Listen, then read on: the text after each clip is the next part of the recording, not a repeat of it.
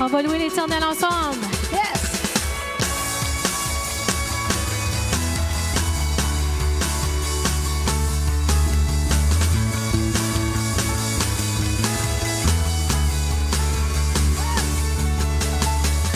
Je veux le proclamer du sommet des montagnes. Sa grâce est sans limite, sa bonté sans égale. Ta tendresse m'envahit, ta bonté me poursuit, ton amour m'émerveille. Je chante car tu es bon et je danse car tu es bon et je crie de joie. Tu es bon pour moi et je chante car tu es bon et je danse car tu es bon et je crie de joie. Tu es bon pour moi.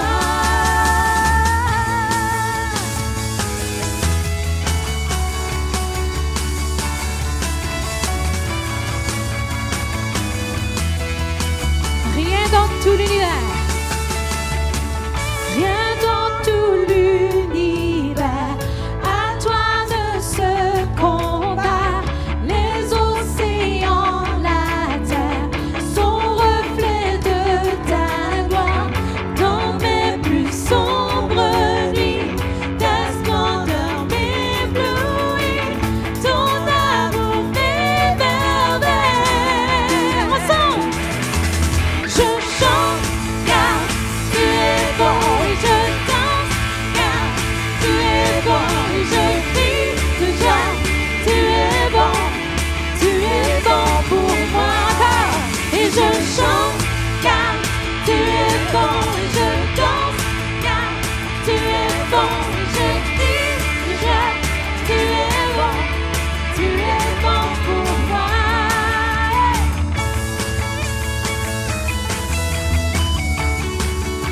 On va chanter encore rien dans tout l'univers.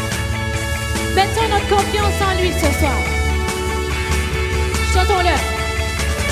Rien dans tout l'univers, à toi de ce combat. Les océans, la terre, sont reflets de ta gloire. Dans mes plus sombres nuits, ta splendeur m'éblouit, ton amour m'émerveille. Ensemble, chantons! Je chante car tu es bon et je danse car tu es bon et je crie de joie. Tu es bon pour moi. Et je chante car tu es bon et je danse car tu es bon et je crie de joie. Tu es bon pour moi. Un cri sur mes lèvres, ma vie te célèbre. Oui, tu es bon,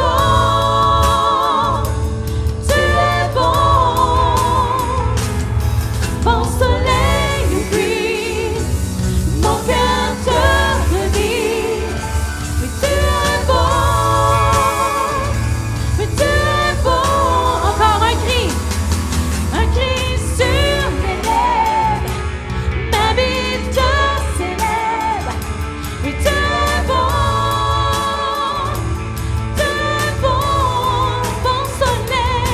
mon soleil brille, mon cœur te redit. Oui, tu es bon, ensemble. Et je chante car tu es bon et je danse car tu es bon et je crie de joie. Tu es bon pour moi. Encore plus fort. Et je chante car tu es bon et je danse car tu es bon et je crie de joie. Tu es bon pour moi. Encore. Et je chante car tu es bon et je danse car tu es bon et je crie de joie. Tu es bon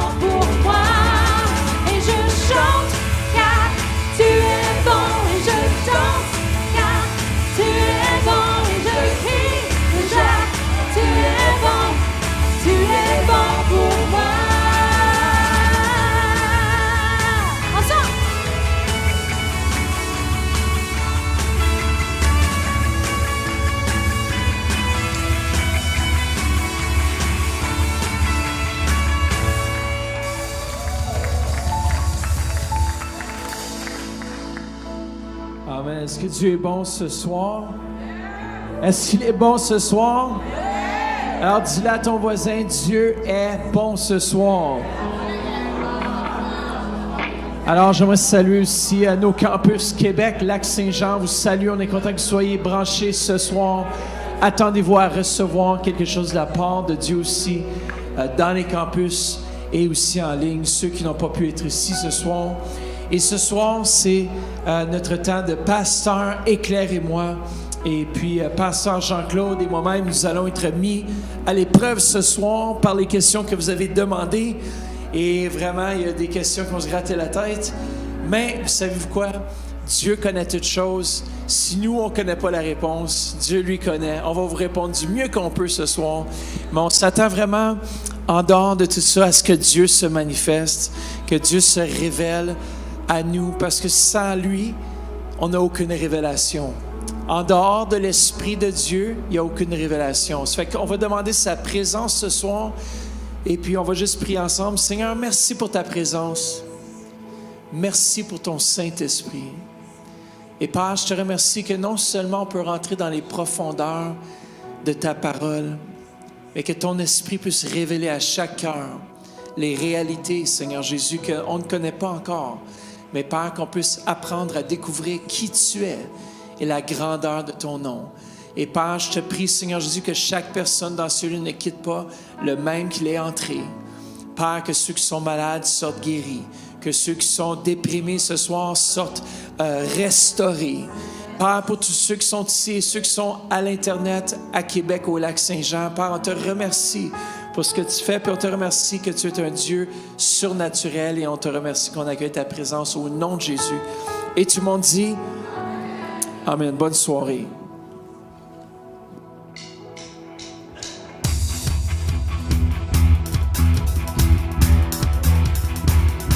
Est-ce que Dieu est vivant? Est-ce que Jésus est vivant? Êtes-vous sûr que Jésus est vivant? Je sens pas de la conviction dans la place que Jésus est vivant. On vient juste de célébrer qu'il est ressuscité. Yeah! Chantons-le ce soir. Oui, vivant, il est vivant, pour toujours glorifié. Vivant, il est vivant, Jésus-Christ est vivant. Ça. Hey.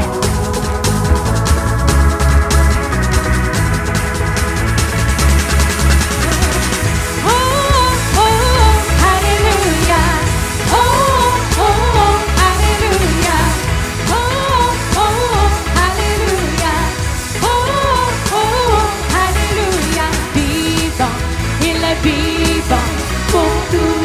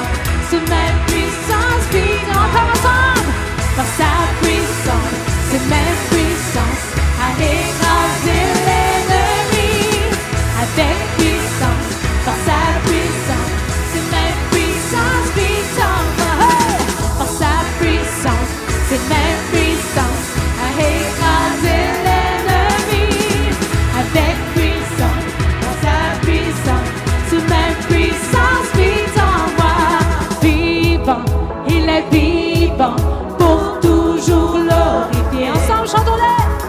Vivant, il est vivant. Jésus-Christ, Jésus-Christ est vivant, vivant.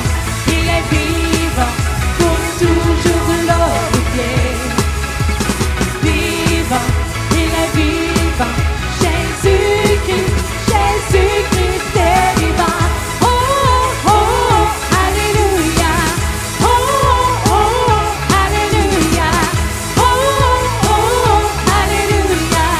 Oh, oh, j'entends les voix. Oh, oh, alléluia. Plus fort, plus fort. Oh, oh, alléluia. Pour le roi des rois. Oh, oh, alléluia. Oh, oh, alléluia. Oh, oh, alléluia. Oh, oh, avec tous les anges. Oh, oh, alléluia. Oh, oh, alléluia. Oh, oh, alléluia. Oh, oh, alléluia. Oh, oh, alléluia. Oh, oh, alléluia. Alléluia, il est vivant. Amen. Il y a du monde en forme ce soir. Amen. Il n'y a aucun autre Dieu comme Dieu. Amen. Il est bon, il est grand. Alléluia. Ta face illumine le soleil. Dieu, tu es glorieux. Tu es si glorieux. Ton regard est un feu brûlant. Dieu, tu es glorieux. Tu es si glorieux.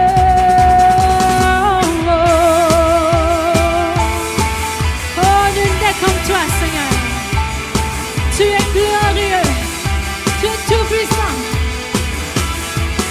Chantons-le encore.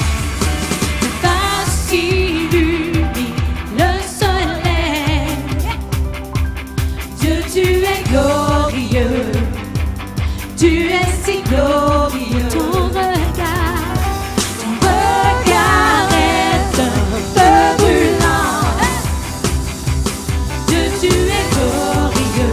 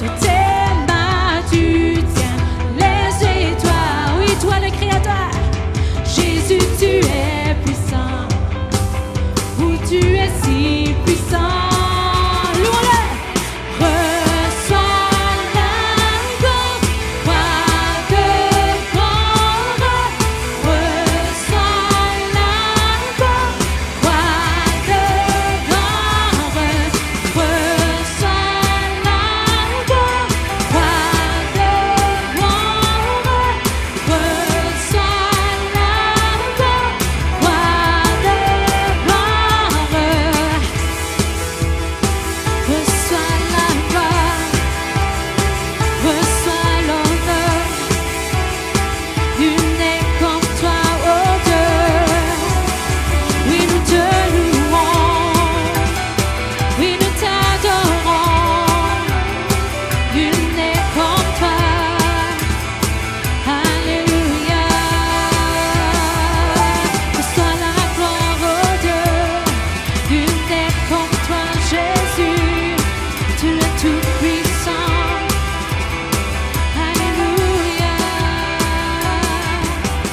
Reçois la gloire, roi de gloire.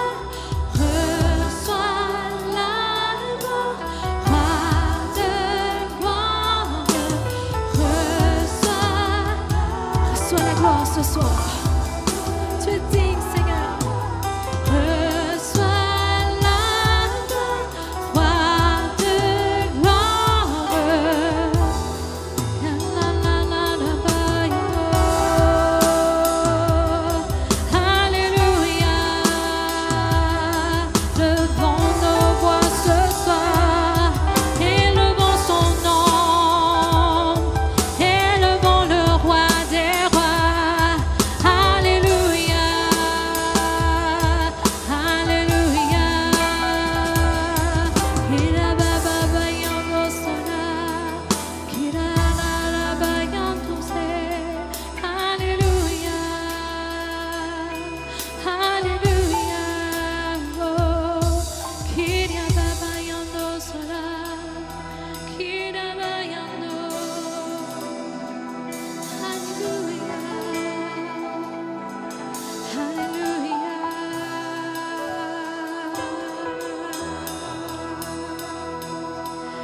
Nul n'est comme toi, Dieu. Oh, tu es tout puissant.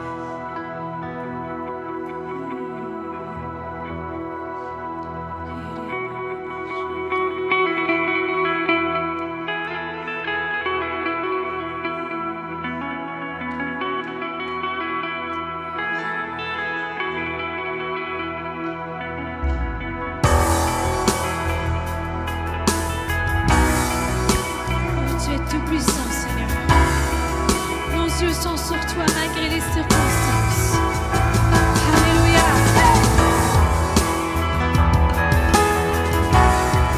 Je vous encourage à l'adorer ce soir de tout votre cœur. Ne lâchez pas. Dieu est puissant. Il est juste et grand. Il peut tout accomplir. Plus grand que nos pensées, plus grand que nos désirs. Il a fait de grandes choses. Élevé, il a vaincu la mort. Oui, il vit. Mon Dieu est puissant. En son nom, j'ai la victoire. Le Seigneur, mon Dieu est puissant. Yeah.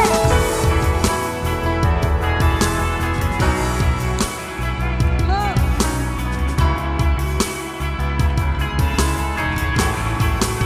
Il vit en nous. Dieu vit en nous. Il est parmi nous.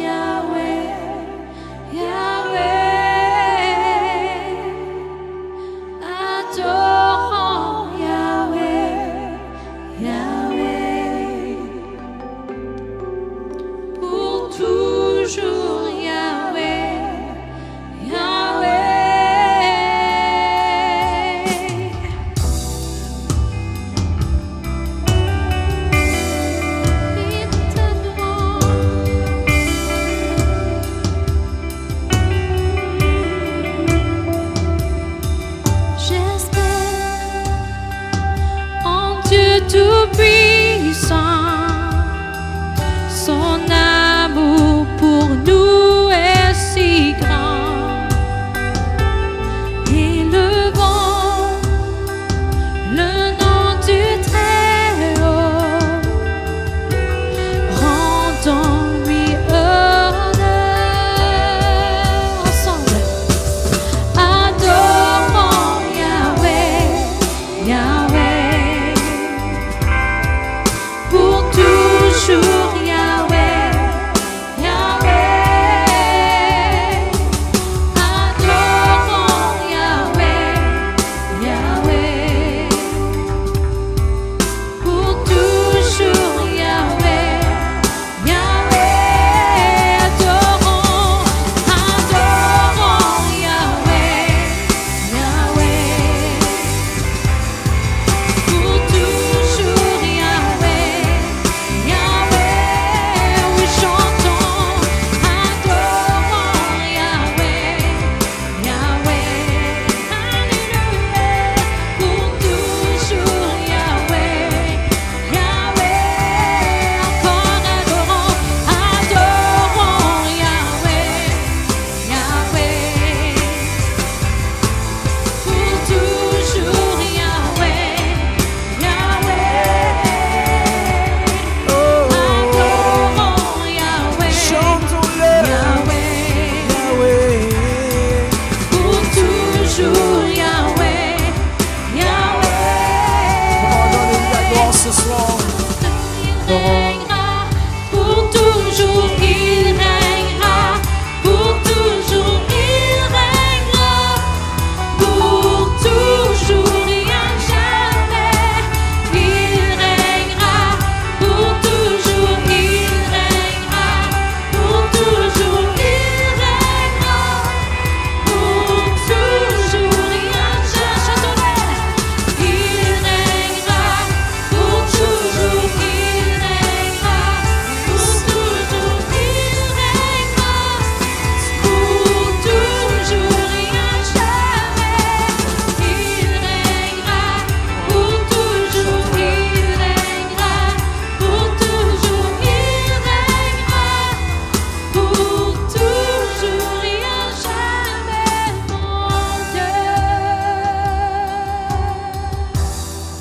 Juste lever nos mains, nos voix ce soir. Lui donner toute la gloire pour ce qu'il fait dans nos vies, pour ce qu'il fait faire ce soir. Père, on veut te remercier pour ce que tu veux faire dans chacune de nos vies ce soir. Père, on s'ouvre à ta parole. On s'ouvre à tes conseils, Seigneur Jésus. On s'ouvre à ton Saint-Esprit ce soir. Faites juste lui dire ce soir que vous êtes ouvert à ce qu'il veut faire, à ce qu'il veut dire, à ce qu'il veut partager. Koramandara shikeresia.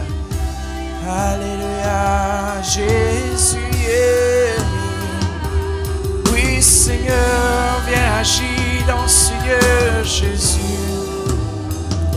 Alléluia, Seigneur, oui, nous t'aimons.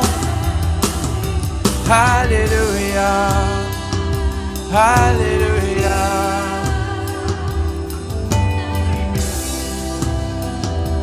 On est digne, nous digne. Yes. Alléluia, Jesus. Seul en est digne, nous te louons. Jésus, nous te louons, car toi seul en est digne. Nous te louons. Jésus, comment on fait juste élever vos voix? Nous te louons, car toi seul en est digne. Nous te louons. Jésus, nous te louons, car toi seul en est digne. Yes, nous te louons. Jésus, comment chantons-le? Nous te louons, car toi seul en est digne. nous te louons une dernière fois. Jésus, nous te louons, car toi seul en es digne. Oui, ce soir, Seigneur, tu en es digne. Comment ouvrons-nous ce soir? Élevons nos voix juste une autre minute ensemble. Si vous priez en langue, priez en langue.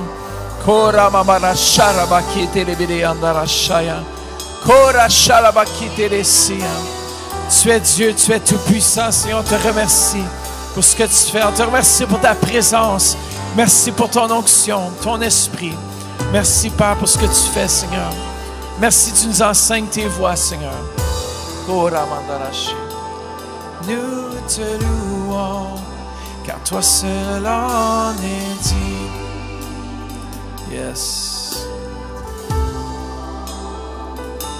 Jésus, nous te louons, car toi seul en es digne. Amen. Merci Seigneur Jésus. Merci pour sa présence. Tournez-vous vers quelqu'un. Dites-leur, goûte à la présence. Goûte et vois comment c'est bon.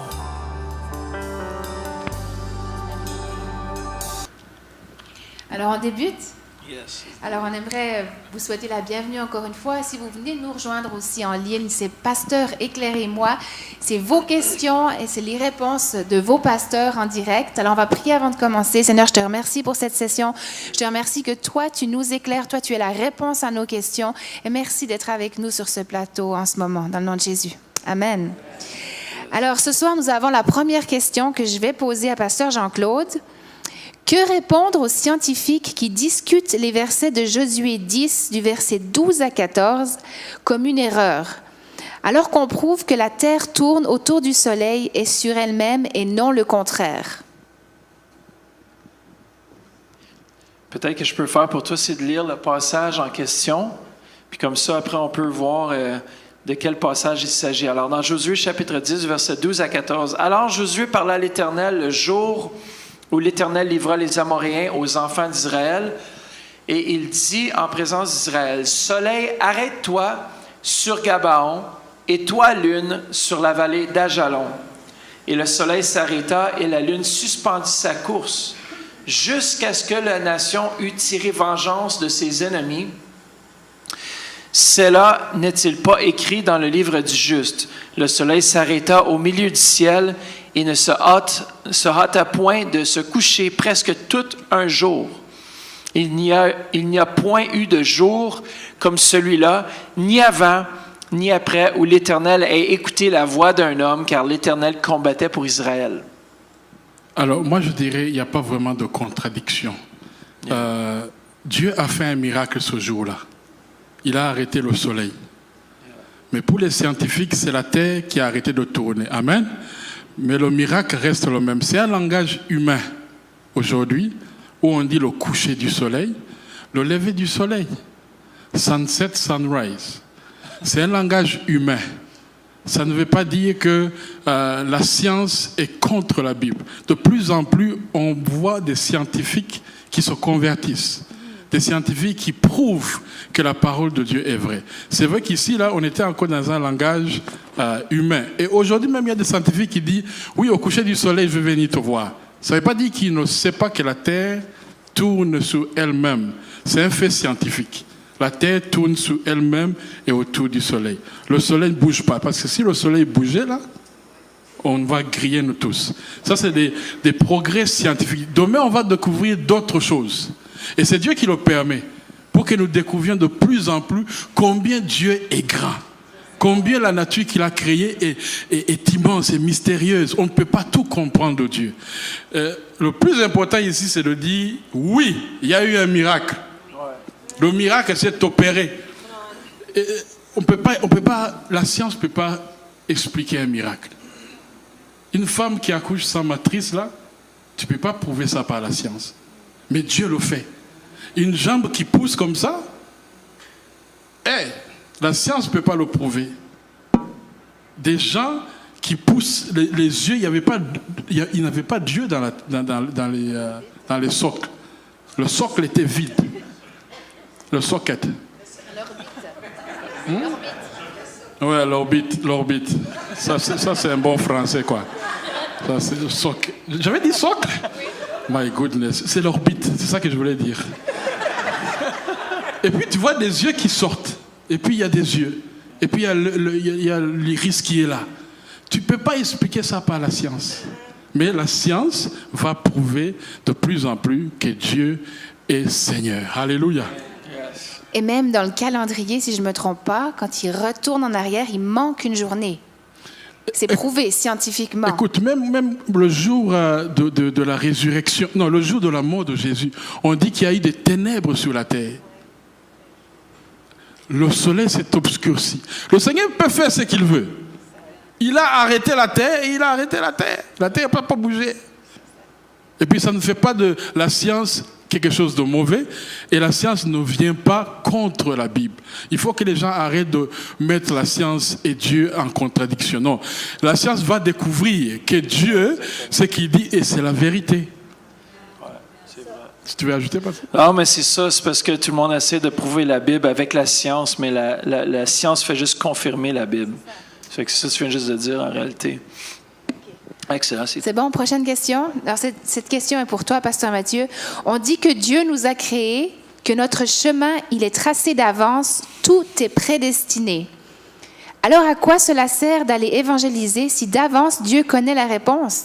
Si Dieu trace la destinée de tous, ne devrions-nous pas vivre dans la prière et la certitude qu'ils vont finir par trouver leur chemin si celui-ci devait conduire à Dieu? Ce sentiment m'a arrêté dans ma lecture. D'où vient-il?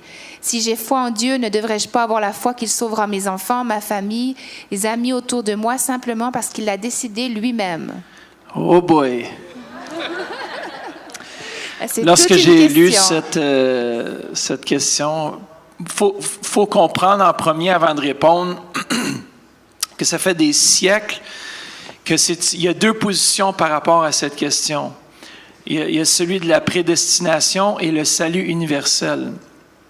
Premièrement, on a la position qui est la position calviniste, ou le calvinisme, qui dit que Dieu nous a élus et prédestinés au salut avant la fondation du monde.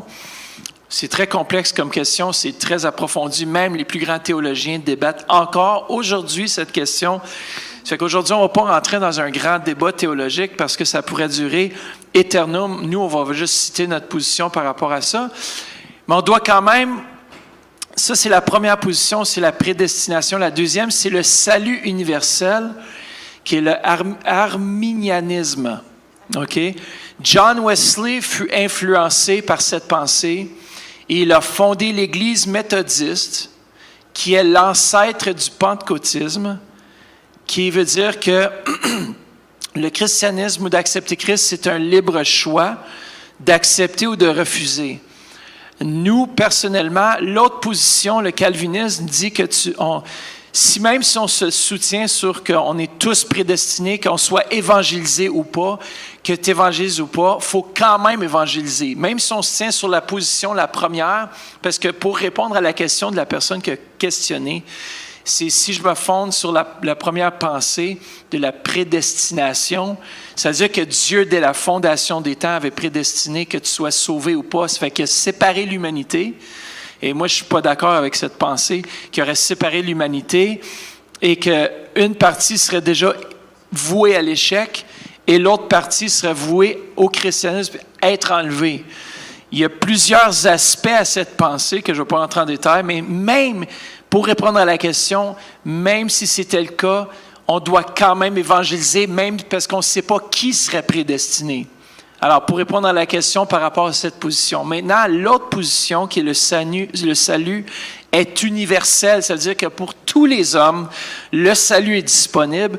Et moi, je m'appuie sur Jean 3,16 qui nous dit ceci. En effet, Dieu a tant aimé le monde qu'il a donné son Fils unique afin que quiconque croit en lui ne périsse pas, mais ait la vie éternelle.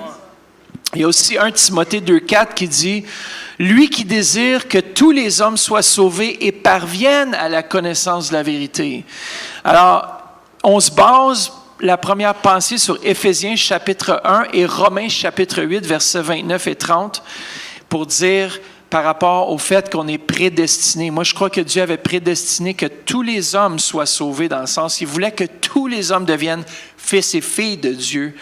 Et je suis d'accord avec John Wesley, je m'appuie plus sur cette condition-là.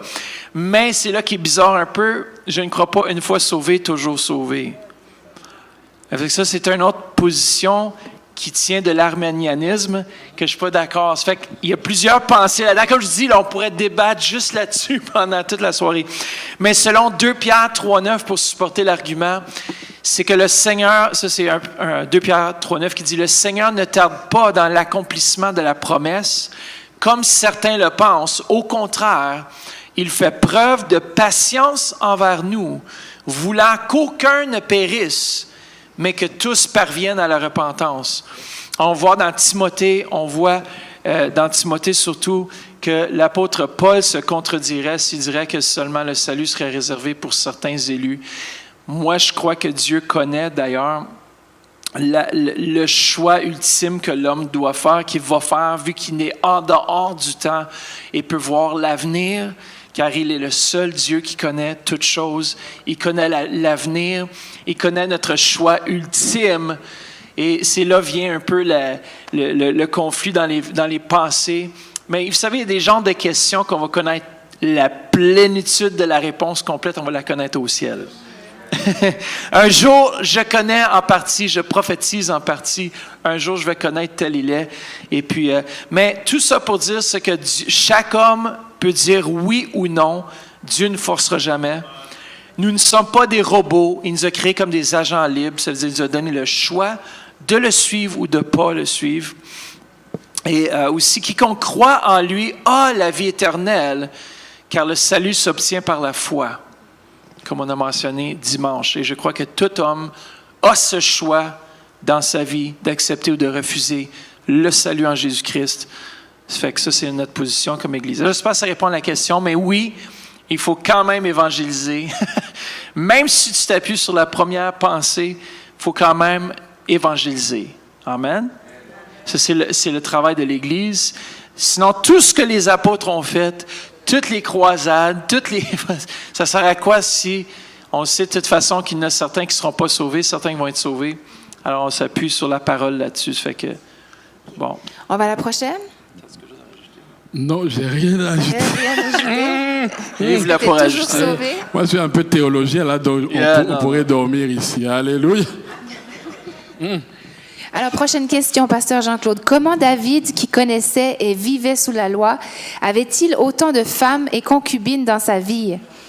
Il en est aussi de son fils Salomon. Est-ce que Dieu fait des passe-droits ou est-il un Dieu partial? Ah. Maman Aurélie, il faut tourner la radio off, la télé là. Internet, coupe l'Internet.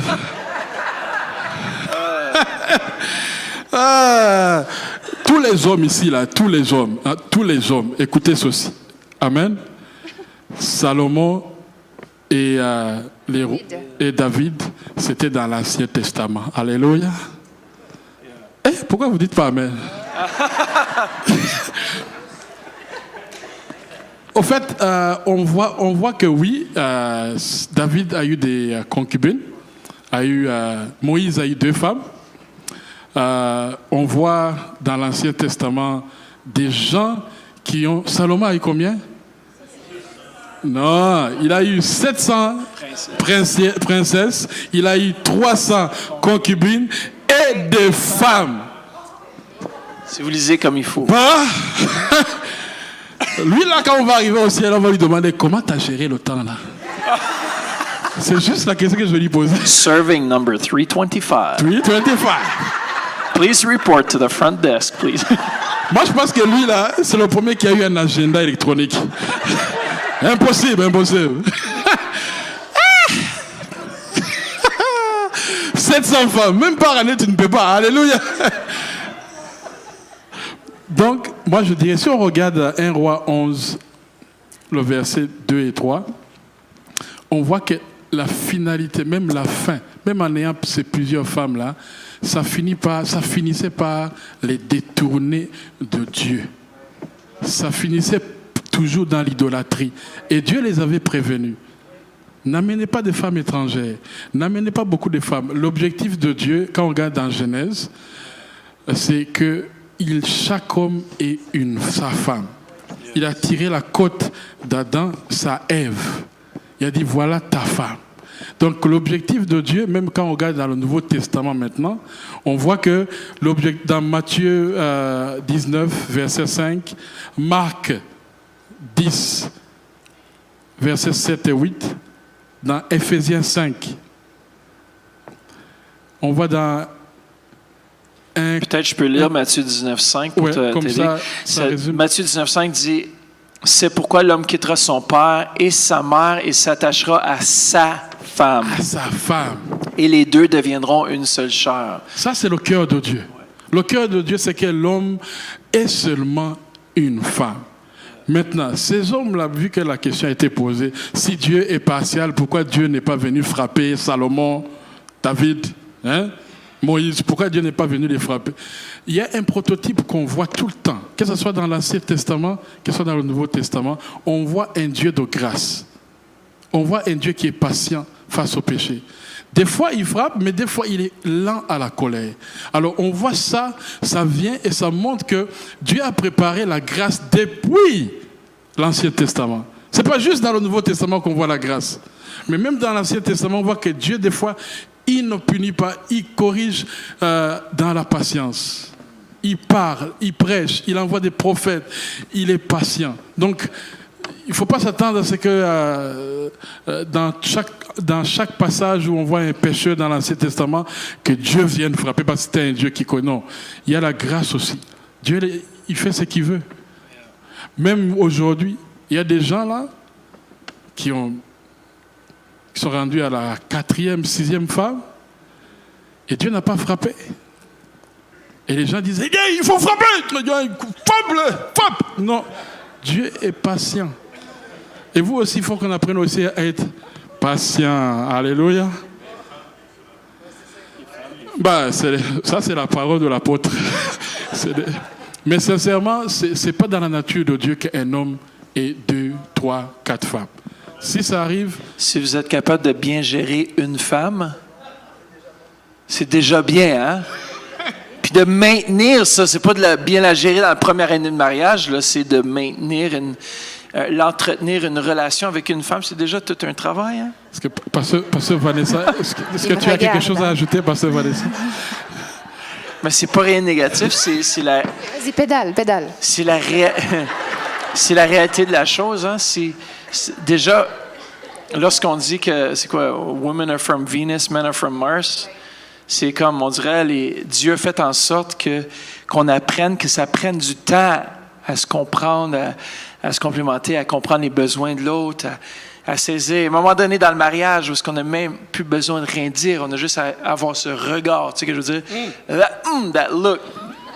Yeah. Même dans les recommandations pour les anciens ou pour les leaders, les pasteurs, il y a une recommandation qu'un homme doit avoir une seule femme. Donc ça, c'est parmi les choses que les apôtres ont mis comme garde-fou. Écoute, on ne veut pas des gens qui ont plusieurs femmes. On veut un homme qui peut comprendre comment gérer une seule femme. Alléluia. Amen. Donc, Okay, on passe à la prochaine. Alors, Pasteur Mathieu, la parole nous dit dans Romains 12, 14 ce qui suit. Bénissez ceux qui vous persécutent, bénissez et ne maudissez pas.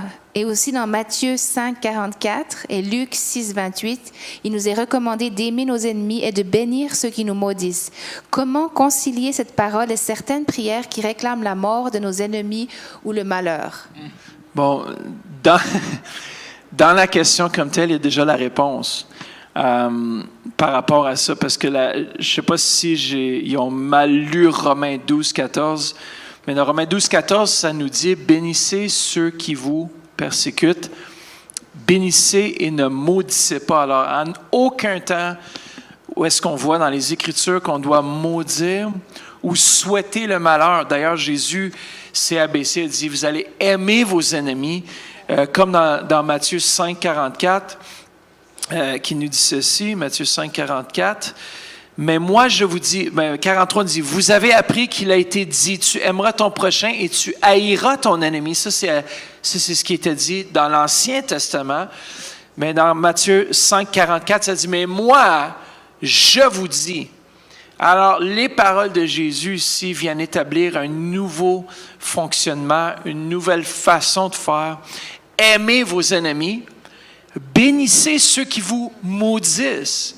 Faites du bien à ceux qui vous haïssent et priez pour ceux qui vous maltraitent et qui vous persécutent, afin que vous soyez fils de votre Père qui est dans les cieux, car il fait lever son soleil sur les méchants et sur les bons, et il fait pleuvoir sur les justes et sur les injustes. Alors, pour répondre à la question, il n'y a pas, en aucun temps, on est supposé de proférer des paroles de malédiction.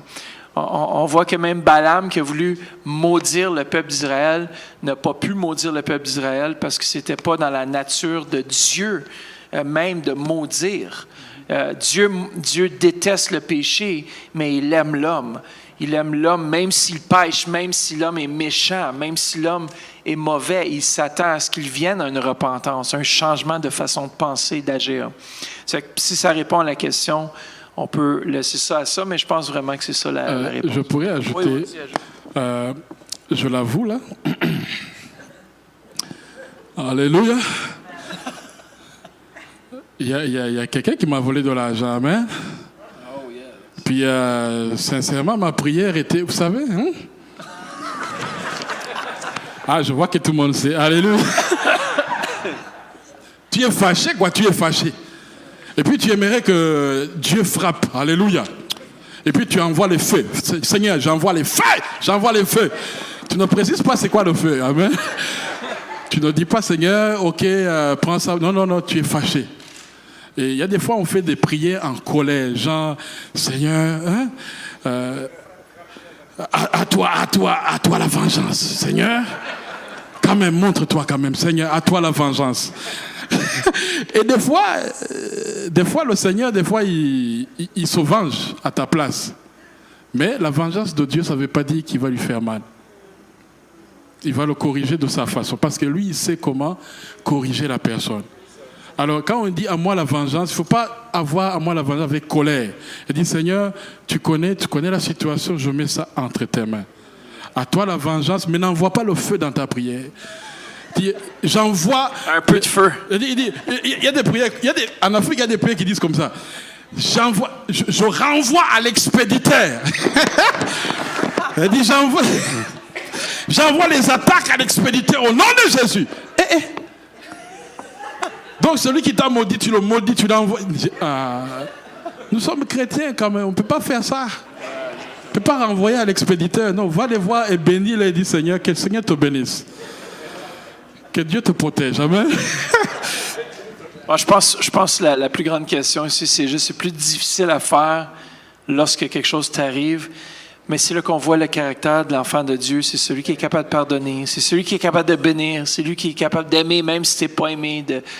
Alors ça démontre tout par rapport à comment Christ est formé en dedans de chacun de nous. OK, prochaine question. Pasteur Mathieu, d'où venait la femme de Caïn? Yes. Très bonne question. On avait déjà un petit peu répondu à cette question, mais vu qu'elle était encore posée, cette personne-là, on avait répondu, vous savez, en 2007. Ça va vite, hein, le temps? Non, 2017, excusez. 2017, on a répondu à cette question, mais je veux juste brièvement répondre à la question. Alors, beaucoup pensent que Caïn est allé à Nod, a trouvé une femme et s'est marié et a eu un fils. Mais si Adam et Ève étaient les deux seules personnes que Dieu a créées, d'où venaient les habitants de Nod?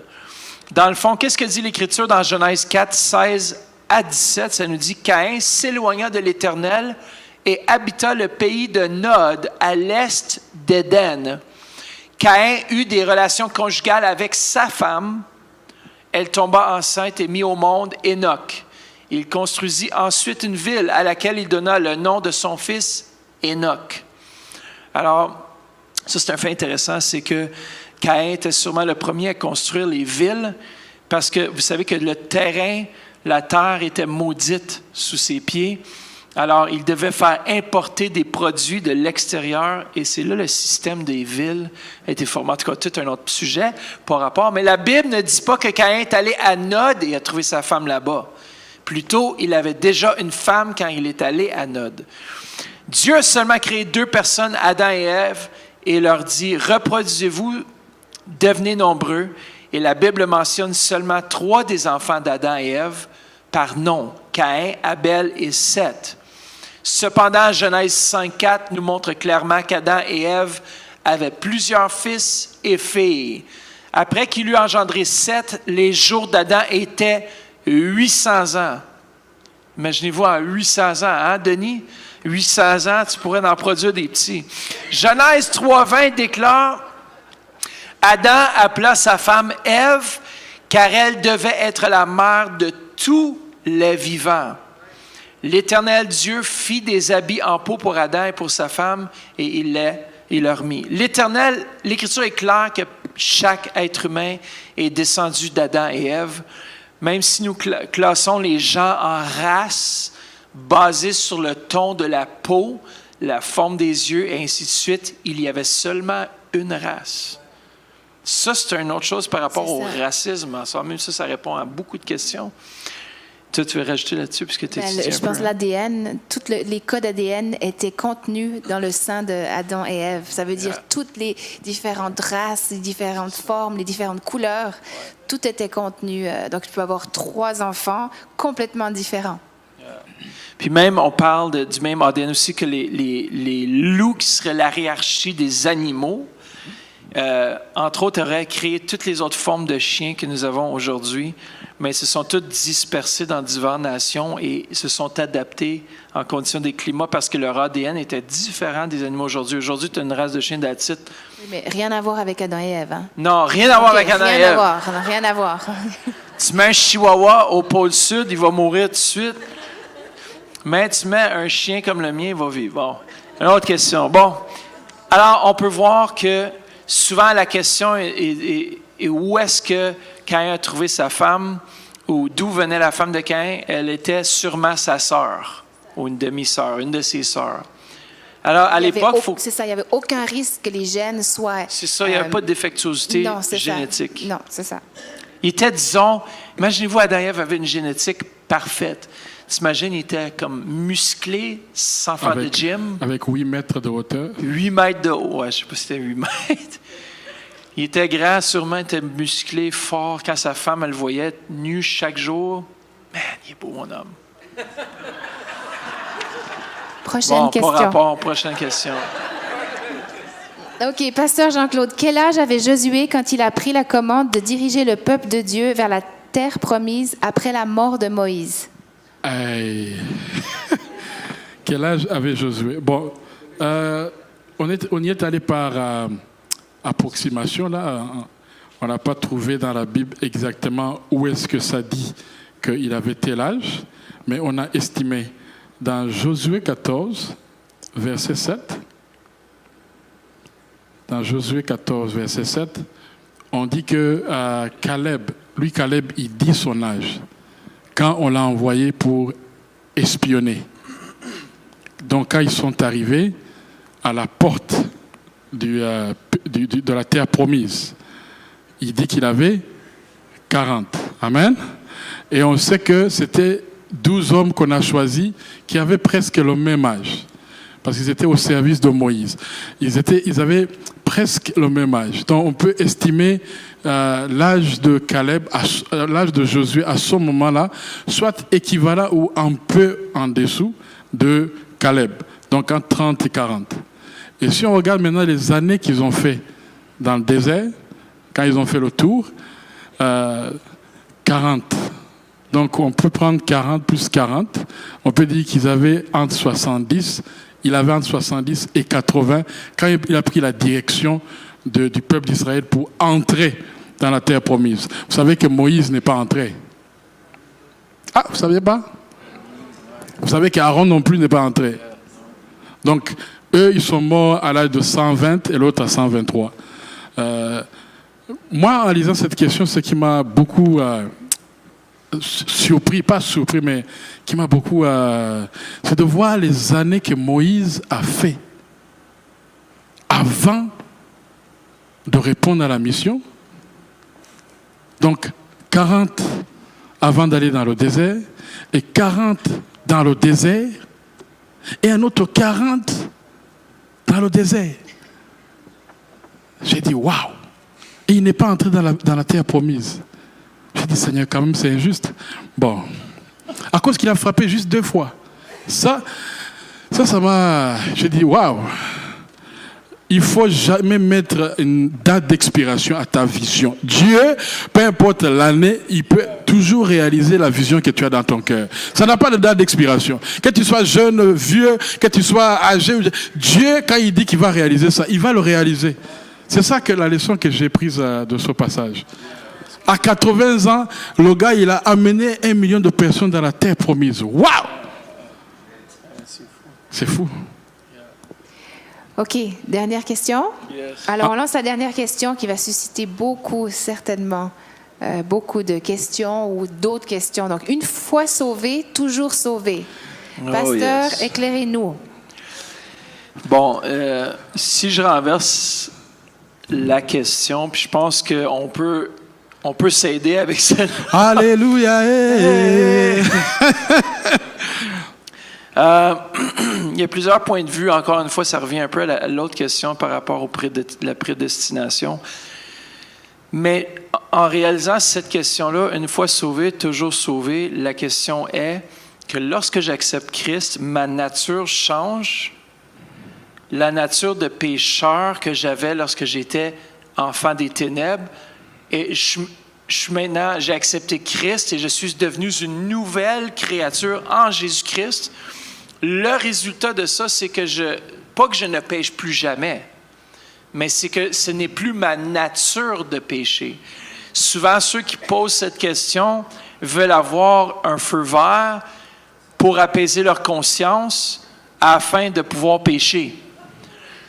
Alors, la question que je relance, c'est si la Bible dit que j'aimerais mieux que tu sois froid ou bouillant, mais que tu ne sois pas tiède. Ça veut dire que Dieu a dit qu'il va vomir les tièdes de sa bouche. Les froids, ceux qui sont froids.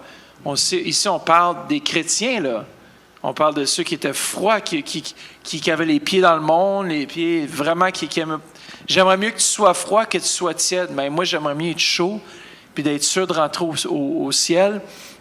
Mais je ne crois pas une fois sauvé, toujours sauvé, parce que, en tout cas, c'est tout un débat, encore une fois, parce qu'il y en a qui disent, une fois qu'on accepte Jésus-Christ, on est scellé par le Saint-Esprit pour le jour du salut. Puis je pense que c'est la position de Pasteur Jean-Claude aussi. Moi, sincèrement, là, apôtre, tu as une... Oui, moi, sincèrement, j'ai étudié la question pendant 3 ans. Amen.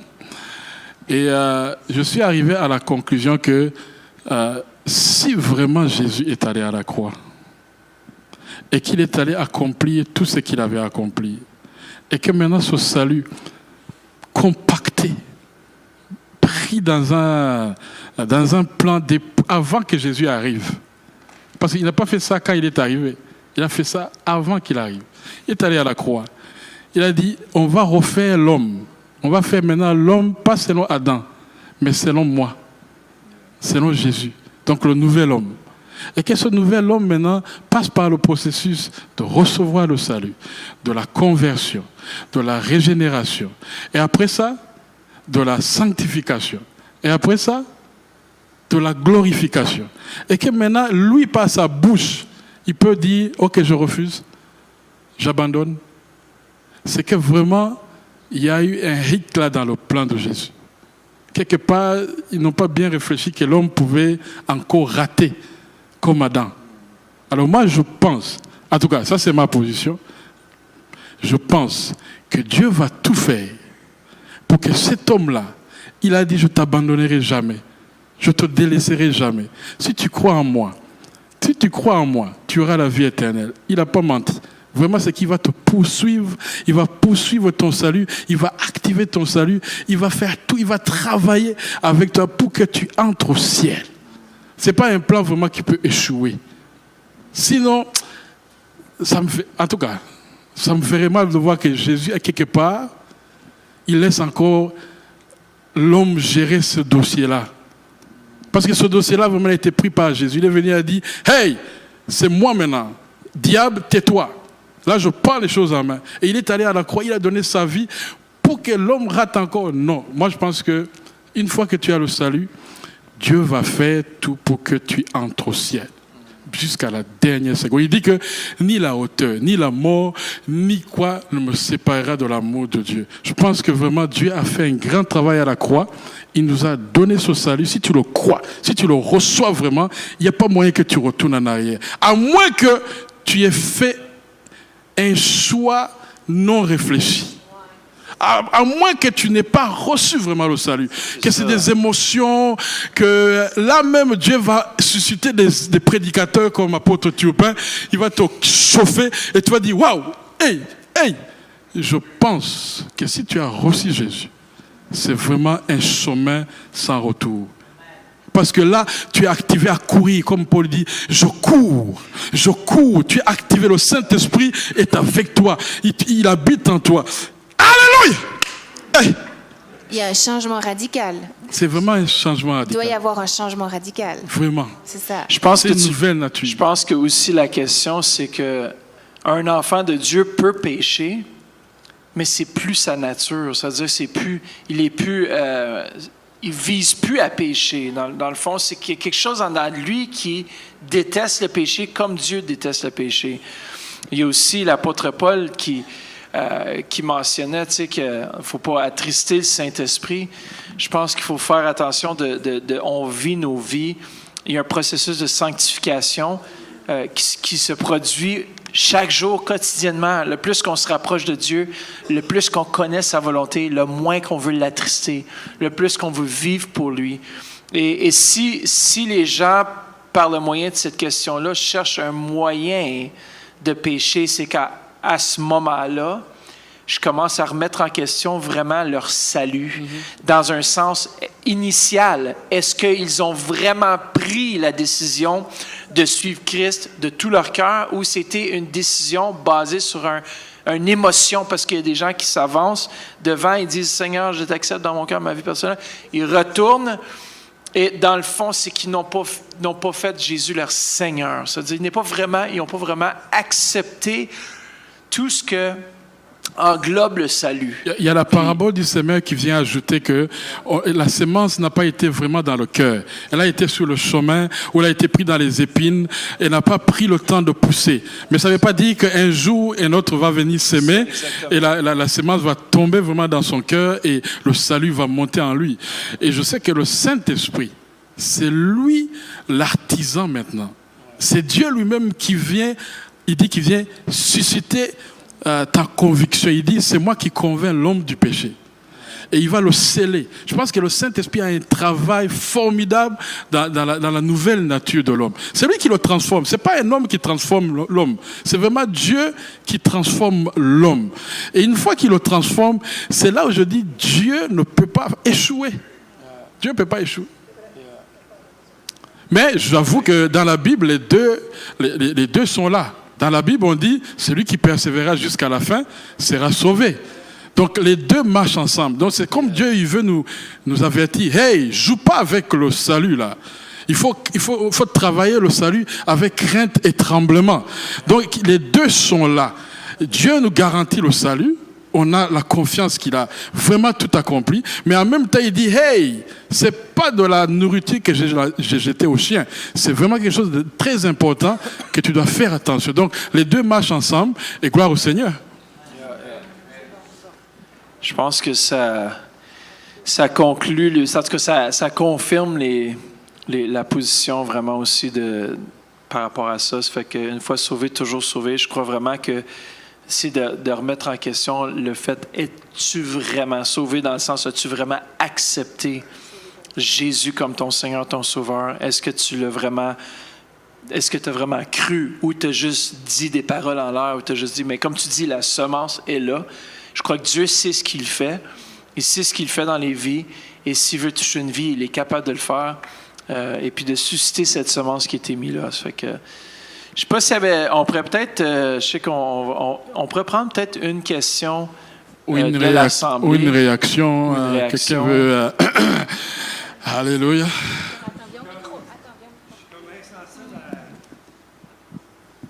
Sur le principe de... Quand on a Romains 19, là, on dit que tu acceptes le Seigneur Sauveur comme personnel dans ta vie. Tu as un cheminement dans ta vie pendant X montant d'années chrétien. Tu suis le Seigneur. Il t'arrive quelque chose dans ta vie, une circonstance. Tu abandonnes le Seigneur. Tu retournes comme le chien à son vomi. Puis la personne ne suit plus le Seigneur. C'est cette place-là, moi, que je ne comprends pas.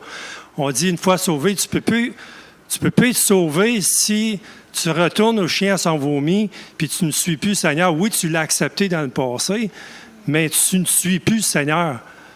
C'est cette question-là, moi, je veux savoir. Cette personne-là, qu'est-ce qui arrive au moment-là, là?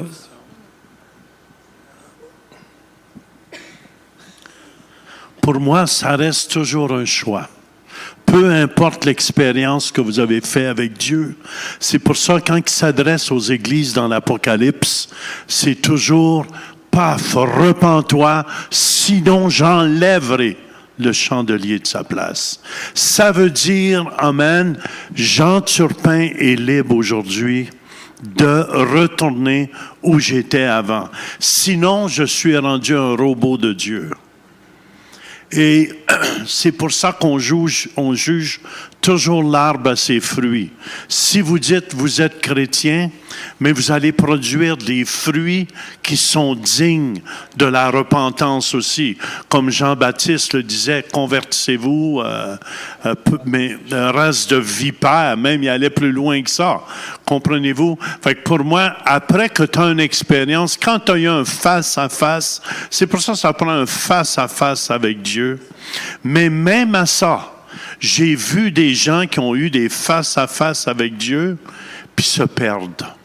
Je connais beaucoup de pasteurs qui ont accepté, qui suivaient Dieu, mais est-ce que vous me suivez? Ils ont retourné par leur choix dans leur vie de péché. Même un jour, Kenneth Hagin priait pour un pasteur, puis il dit, Dieu il a dit, arrête de prier pour, il est perdu à jamais. Wow! Ça, c'est Kenneth Hagin. Ça, c'est ma position à moi. C'est la même position que l'Église ici. Mais pour moi, on est toujours... Dieu ne peut pas toucher à notre choix. C'est pour ça que tu peux dire que tu es chrétien, mais produis du fruit digne de la repentance. Je pense que c'est au fruit qu'on juge les gens. Ça ne veut pas dire qu'on ne manque pas le but, parfois, mais on n'a plus cette nature de pécheur, mais ça reste toujours... Sinon, Dieu a pris notre liberté et on n'est plus libre. Jean Turpin est libre de se lever demain matin puis de retourner où j'ai déjà été dans mon vomi d'avant. Mais j'ai connu tellement la bonté et la grandeur de Dieu que je ne peux pas retourner là où j'étais avant. Ça c'est vraiment ma position à moi. Pour moi, c'est clair. J'ai vu des pasteurs même qui ont voulu m'entraîner dans des saletés. Est-ce que vous voulez me suivre? Fait que pour moi, j'ai dit, ils n'ont jamais connu Dieu. C'est soit qu'ils n'ont jamais connu Dieu, puis plusieurs, pour moi, l'avaient connu, mais Dieu, dans leur choix, et par des faux docteurs aussi, des faux docteurs, des faux enseignants, amen, vous disent, il n'y a absolument rien là, vivons. Et dans le fond, les gens retournent dans leur vie de péché. Et écoutez bien, c'est facile à voir. Si tu dis que tu es un chrétien, tu vas produire des fruits d'un chrétien. Si tu dis tu crois, tu peux dire tu crois tout ce que tu voudras, mais tu vas avoir des fruits. C'est pour ça que Jésus nous dit, voici les signes qui accompagnent ceux qui croient.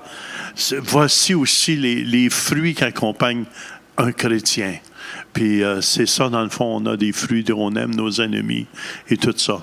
Mais je pourrais continuer. C'est un sujet qu'on peut élaborer, mais ça, c'est vraiment ma position à moi, puis je pense que c'est la position de l'Église. Je ne sais pas si c'est un peu... C'est un peu d'utiliser la grâce aussi comme licence de péché. Ouais. Il y en a beaucoup, c'est parce qu'en réalité, c'est qu'il n'y a pas eu une réelle conversion. Une réelle conversion, c'est qu'à l'intérieur, il y a un changement de pensée. C'est pour ça qu'il dit « Repentez-vous, race de vipères ». Ils n'avaient pas leur façon de raisonner par rapport à Dieu n'était pas juste. Alors, c'était des forteresses dans leur vie qui les empêchaient d'avancer en tant qu'enfants de Dieu, qui pourraient même les priver du salut, parce que ça fait que le péché, lorsque l'apôtre Paul parle du péché impardonnable contre l'Esprit de Dieu, puis il parlait ici à des pharisiens, il ne parlait pas à des non-chrétiens. Il parlait vraiment, puis moi je crois que c'était le péché de refuser Christ catégoriquement, de refuser l'œuvre du Saint-Esprit, ce qu'il veut faire dans nos vies. Je crois que c'est là qu'on peut refuser notre salut parce que Dieu nous a fait libres d'accepter le don gratuit de Dieu. Je suis libre d'accepter un cadeau ou de refuser. Ça fait que c'est vraiment ça ce soir. J'espère que ça répond à vos questions. En même temps, je suis d'appui que dans le sens que si tu as accepté Christ, il peut y avoir des moments de creux dans ta vie. Et pour appuyer ce que le pasteur Jean-Claude disait, c'est que je peux m'imaginer, OK? Imaginez-vous, vous conduisez sur la route, vous venez juste d'avoir vous êtes enfant de Dieu, là, vous aimez Dieu de tout votre cœur, vous venez juste de vous chicaner avec votre femme. Vous venez juste de lui lancer des bêtises, vous venez juste de pécher. Le sang de Jésus-Christ vous lave de tout péché présent et même futur. Parce que, dans le sens que si tu meurs dans un accident, est-ce que tu vas aller en enfer en cause que tu es en colère contre ta femme? Moi, je pense que ce n'est pas les œuvres. Il faut faire attention. On est sauvé par la foi.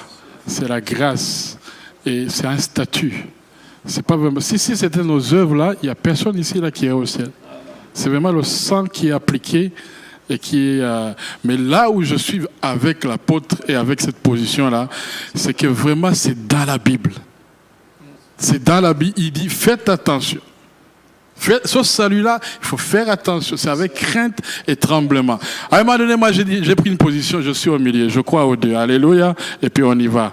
Mais c'est sérieux. Le salut, il ne faut pas le jouer. Il ne faut pas jouer avec. Il ne faut pas jouer avec. Il faut faire attention. Même si c'est un statut qui nous a été donné, je parlais à certaines qui croient que une fois sauvé, toujours sauvé. J'ai dit, hey, attention, la Bible est claire. Elle nous avertit. Mais eux aussi, quand ils disent une chose, on comprend que c'est le sang qui est appliqué et ce sang est valide. C'est vraiment un statut qu'on reçoit.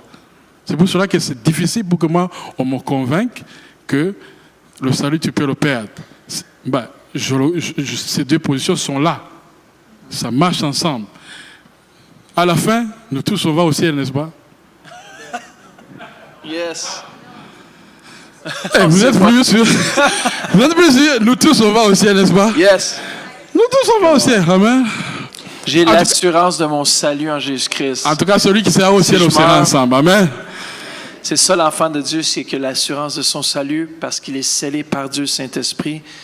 Et lorsque tu as une relation, on dirait que c'est comme ton assurance grandit. Mm-hmm.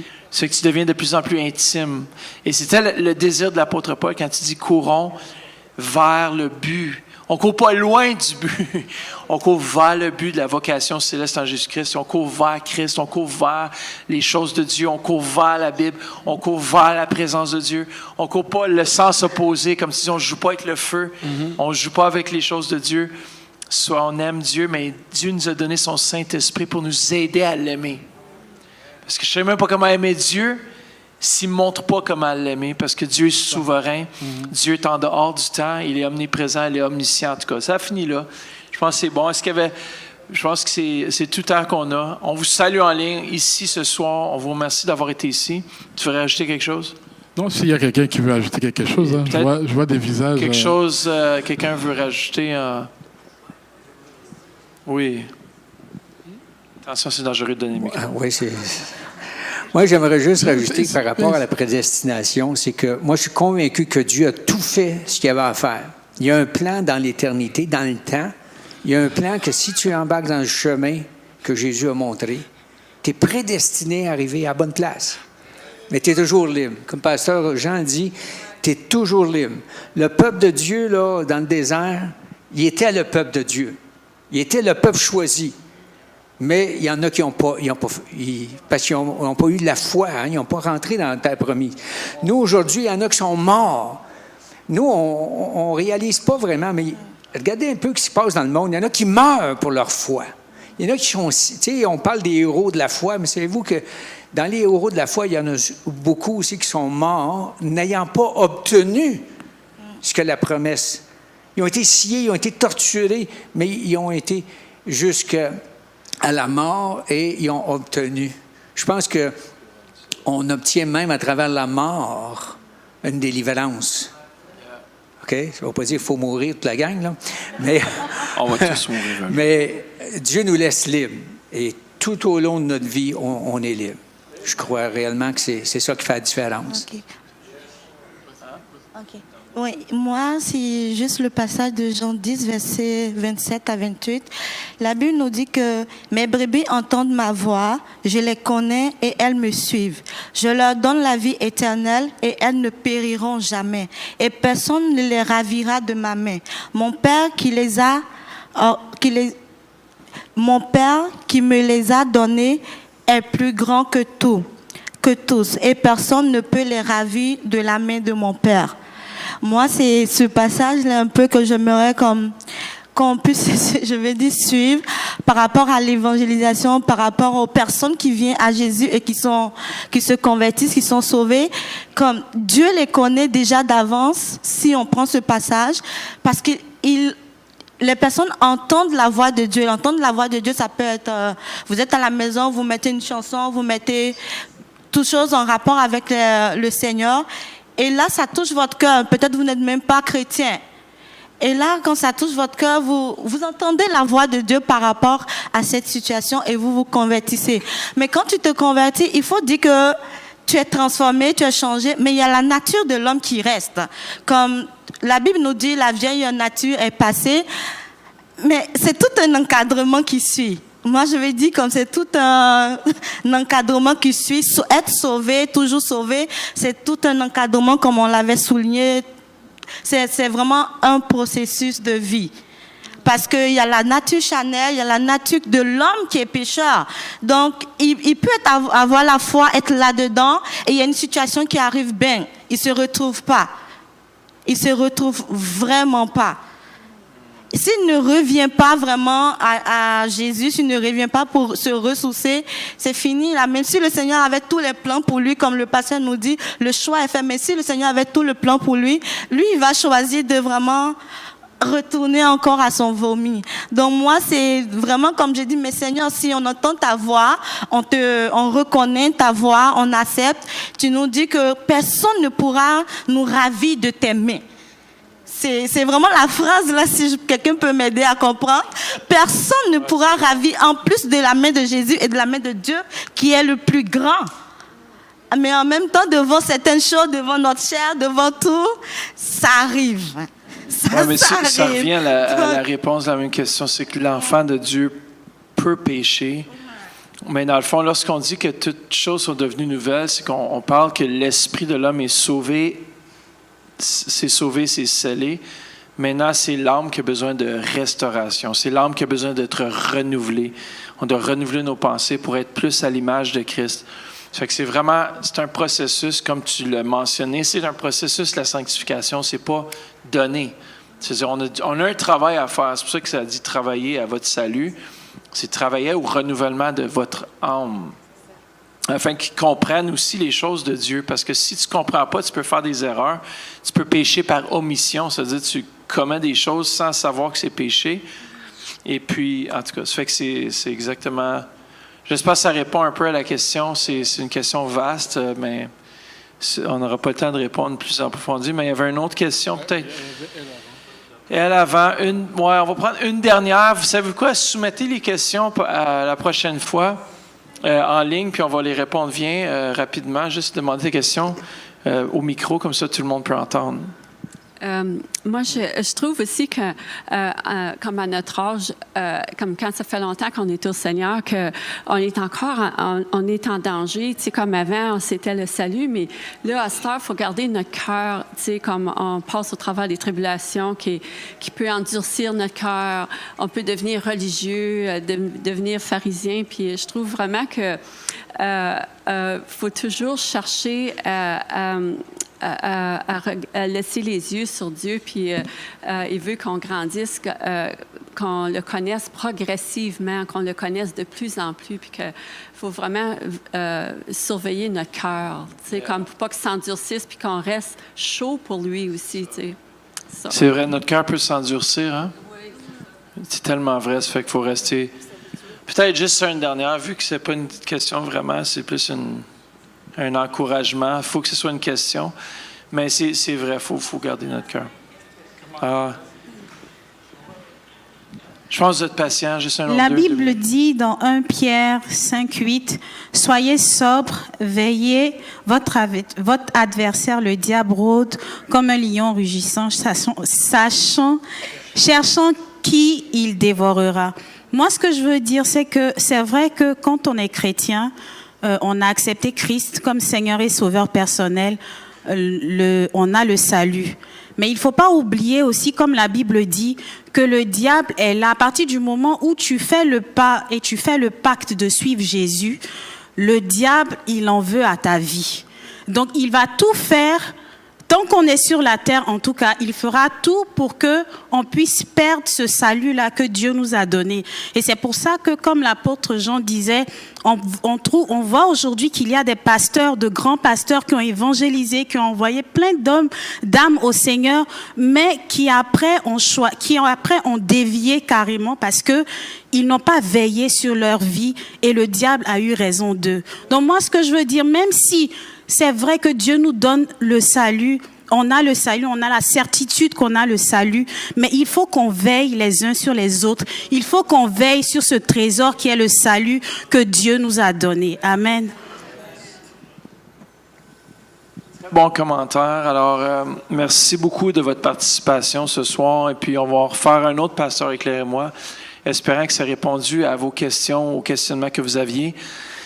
Merci Seigneur pour cette soirée. Merci pour tous ceux et celles ici ce soir, tous ceux qui nous écoutent en ligne. Merci Père que tu as éclairci davantage certaines questions.